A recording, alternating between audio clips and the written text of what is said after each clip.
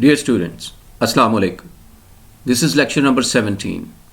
In this lecture, we'll continue with the disorders of the immune reactions.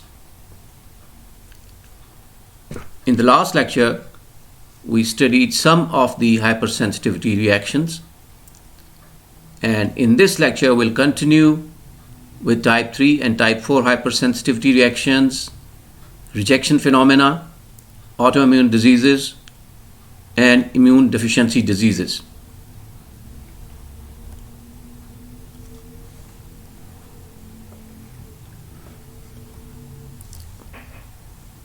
The type 3 hypersensitivity reactions. They are intermediate in onset, taking about 4 to 12 hours, and the cells involved are the immune complexes formed by IgA, IgG, and IgM antibodies. The effector cells involved are the neutrophils. Type 3 reactions underlie diseases like Arthur's reaction, serum sickness, which can cause glomerulonephritis, and arthritis.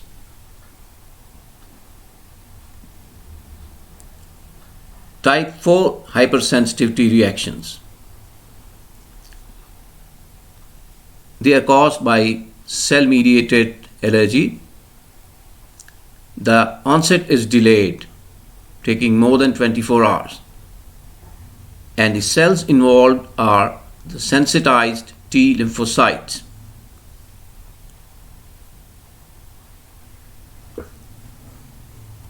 Effector cells are macrophages, and the diseases in which type 4 reactions are present, they include the graft rejection, contact dermatitis, and leprosy.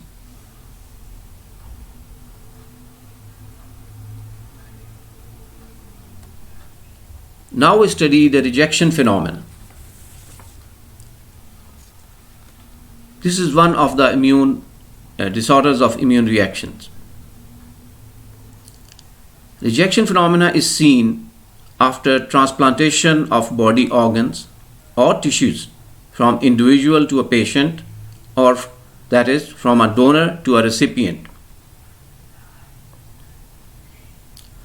This phenomena is due to cell-mediated immune response against the foreign proteins or the antigen of the donor tissues, which, in the absence of any preventive measures, results in the destruction of the transplanted organ or the tissue.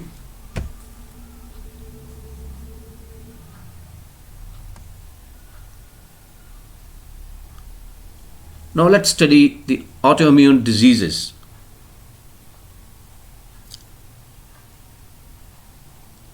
Autoimmune diseases result from breakdown of one or more of the basic mechanisms regulating the immune tolerance.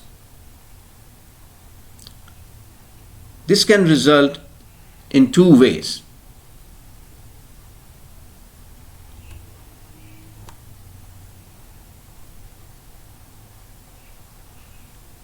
Number one, from cell-mediated immunity, which is mediated by T lymphocytes transforming into either cytotoxic or killer cells.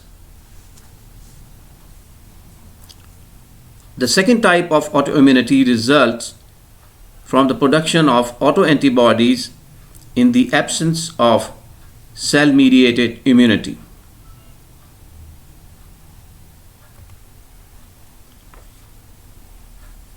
The causes of formation of autoantibodies include, number one, the release of locked up antigens,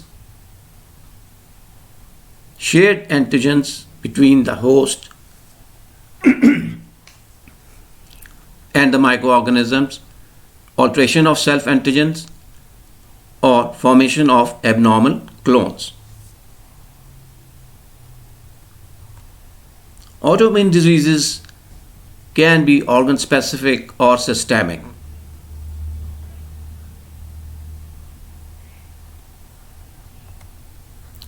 The organ specific autoimmune diseases include myasthenia gravis, purpura, rheumatic fever, diabetes, and various skin disorders.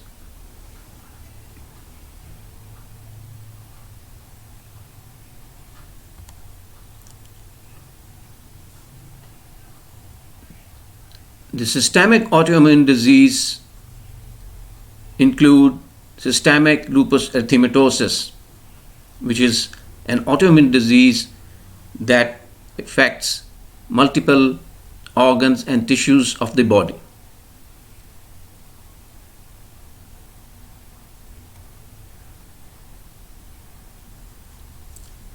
Immune deficiency diseases also involve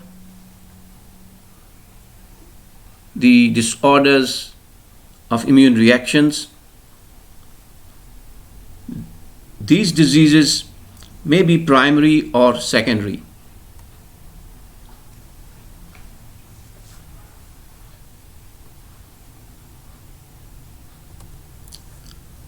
The primary immune deficiency diseases may result from defects in humoral immunity, or defect in cellular immunity, or defect in both the humoral and the cellular immunities.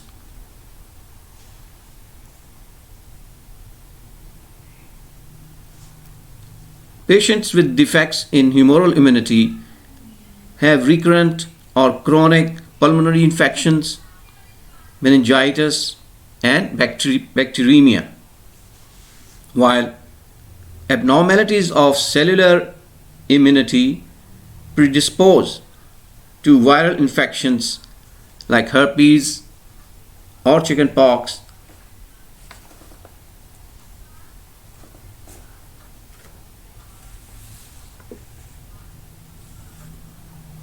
In case both humoral and cellular immunity becomes defective, the patient becomes highly susceptible to infections caused by agents, including even those not ordinarily considered pathogenic.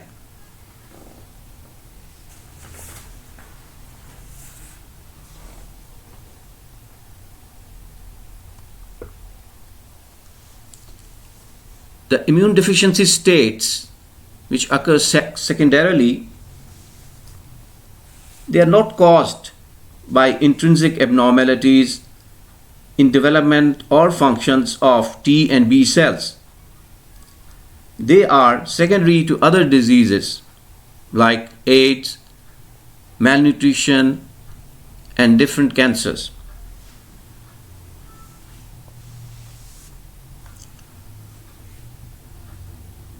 This concludes our discussion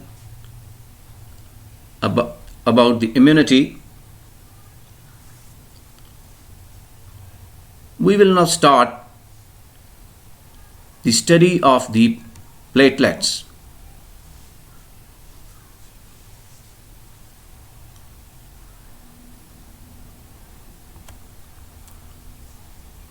The slide shows the stages in platelet development, starting from the hematopoietic stem cell, changing into granulocyte, erythrocyte, monocyte, megakaryocyte, lymphocyte division, which causes the formation of granulocyte, erythrocyte, monocyte, megakaryocyte, and finally leading to the production of the megakaryocytes.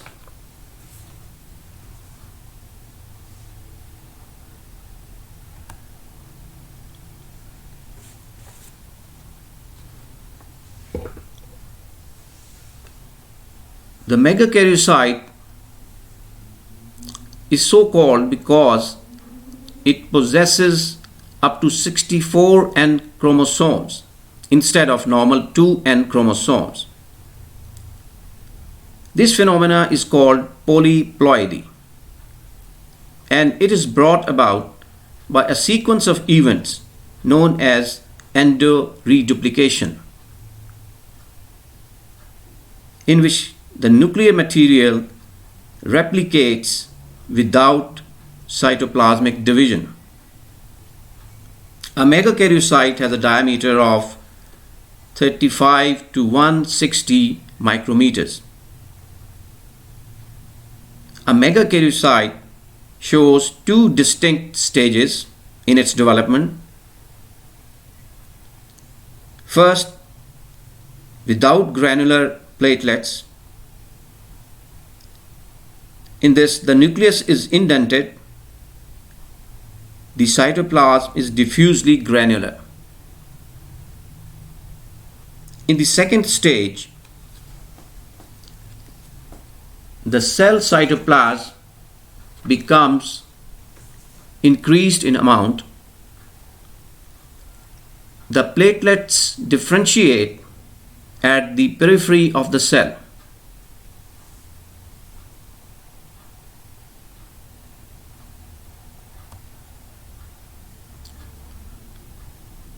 The megakaryocyte occurs in the bone marrow very close to sinusoidal membrane.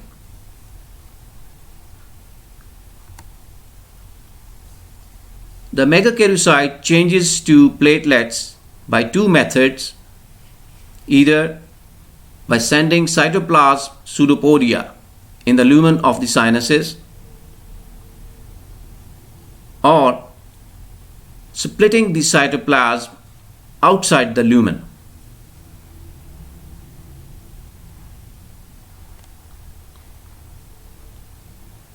You can see in this figure that the cytoplasm has formed pseudopodia-like extensions.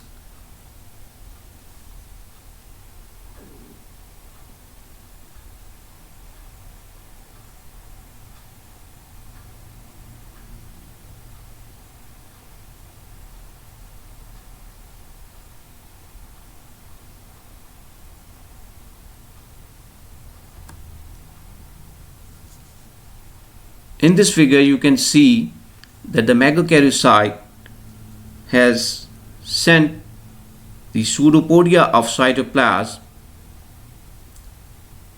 into the lumen of sinuses. Later, these separate from the parent cell and are swept away in the bloodstream as mature platelets. The nucleus of megakaryocyte is left behind and it degenerates.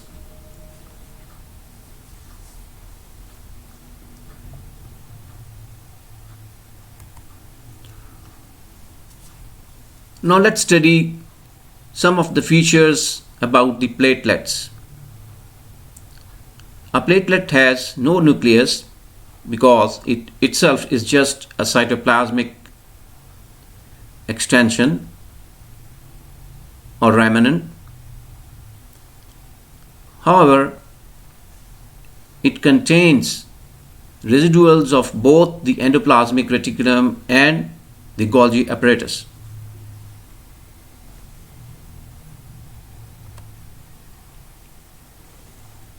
Mitochondria and enzyme systems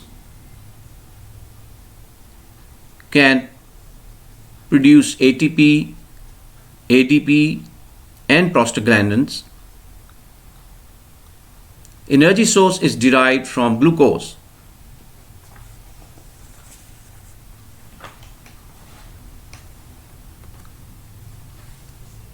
The platelets contain following proteins: thrombasthinin, albumin, plasminogen, fibrinogen, and fibrin stabilizing factor.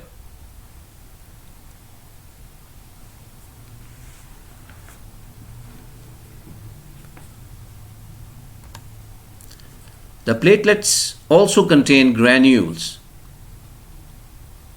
which may be the lysosomes. The other type of granules are dense granules, which contain calcium, serotonin, ATP, and GTP. Alpha granules contain von Willebrand factor and platelet-derived growth factor. All these substances play a role in the hemostasis.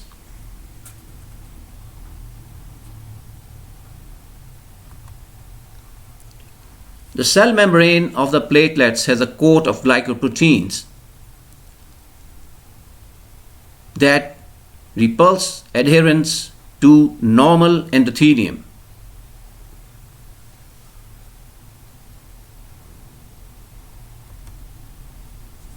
This coat of glycoproteins can cause adherence to the injured endothelial cells or the exposed collagen in the vascular wall.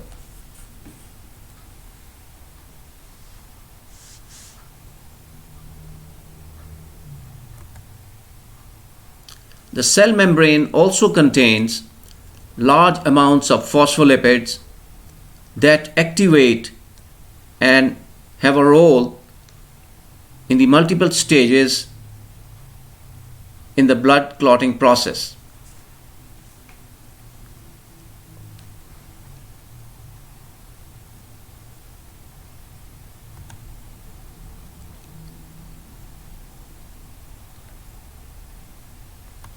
The average number of platelets in the blood is 150,000 to 400,000 per cubic millimeter.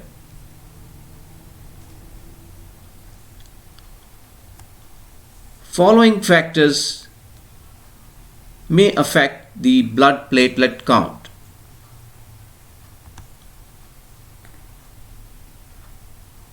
Age. The count tends to be lower in the newborn menstrual cycle. There is a slight increase on the day of ovulation, followed by a progressive fall during the 14 days prior to menstruation. In pregnancy, there is a slight progressive fall in platelet count.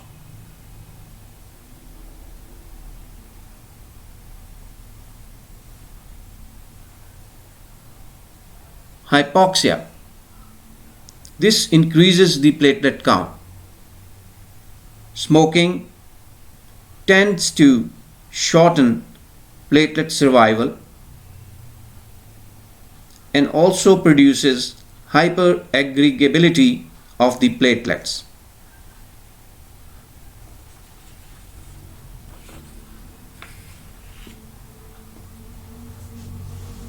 Nutritional deficiencies. Platelet count is low in deficiencies of vitamin B12, folic acid, and iron. Thrombopoietin. This substance was originally isolated from the blood of a thrombocytopenic patient. The transfusion of this patient's blood into normal person resulted in an increase in the blood platelet count.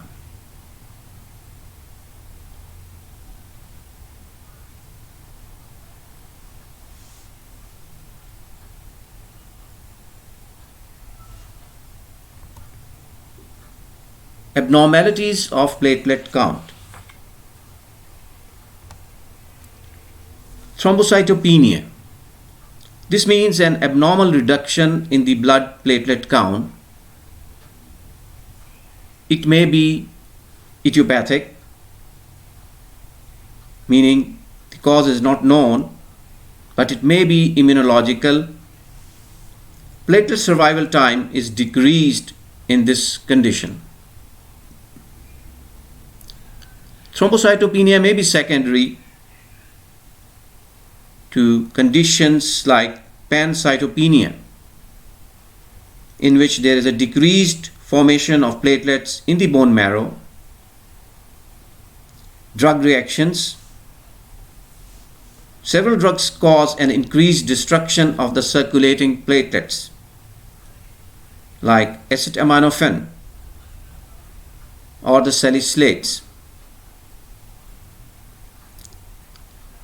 In hypersplenism, the splenomegaly from any cause may result in abnormal sequestration of platelets by the spleen, causing a reduction in the platelet count. In leukemias, the bone marrow is invaded by neoplastic cells and the formation of platelets may be decreased.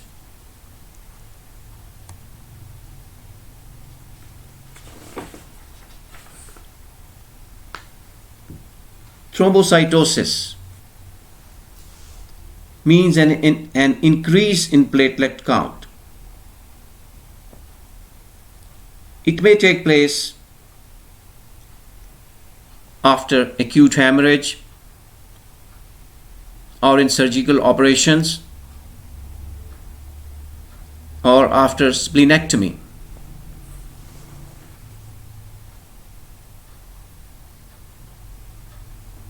This concludes